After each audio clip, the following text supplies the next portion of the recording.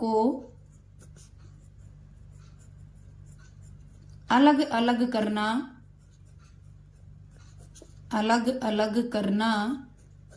क्या कहलाता है? वर्ण विच्छेद कहलाता है। किसी भी शब्द में निहित का मतलब मैं आपको बता दूं, निहित जो है, निहित का अर्थ होता है हिंदी में शामिल, यानी कि मौजूद। क्या होता है? शामिल यानी कि मौजूद। निहित का क्या अर्थ होता है? शामिल होता है।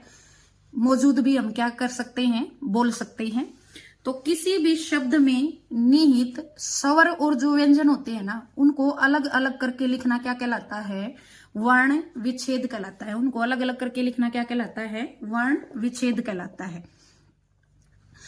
ठीक है, तो ये तो था हमारा वर्ण विच्छेद। उसके बाद दो चीजों का ध्यान रखना बहुत आवश्यक है वर्ण विच्छेद करते समय। किन किन का? एक तो सभी जो व्यंजन है ना, सभी व्यंजन मतलब शब्द में जितने भी व्यंजन हैं, सभी व्यंजनों के नीचे अलंत लगेगा। ठीक है, सभी व्यंजनों के नीचे क्या लगेगा? अलंत लगेगा। दूसरी विशेष बात क्या है? दूसरा हमें किस चीज का ध्यान रखना है कि जो शब्द के अंदर स्वर आएंगे, स्वरों में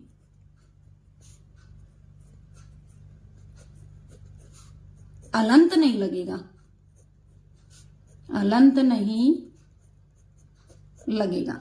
ठीक है, किसमें नहीं लगेगा? केवल व्यंजनों में जो है, व्यंजन जो है उनमें अलंत लगेगा, और स्वरों में क्या नहीं लगेगा? अलंत नहीं लगेगा। उसके बाद इसमें एक विशेष बात यह है कि अगर हमें वर्ण विच्छेद के बारे में अच्छे से ज्ञान है, ठीक है, अच्छे से पता है, तो कभी भी हमारे शब्दों के उच्चारण में और उनको लिखने में जो गलतियां होती हैं, जो अशुद्धियां होती हैं, वो बहुत ही कम जो है उनकी क्या होती है? अशुद्धियां होने की जो है वो संभावना होती है। यानी कि अगर हमें वर्ण विच्छेद का ज्ञान है तो कभी भी हमारी शब्दों की वर्तनी और उच्चारण में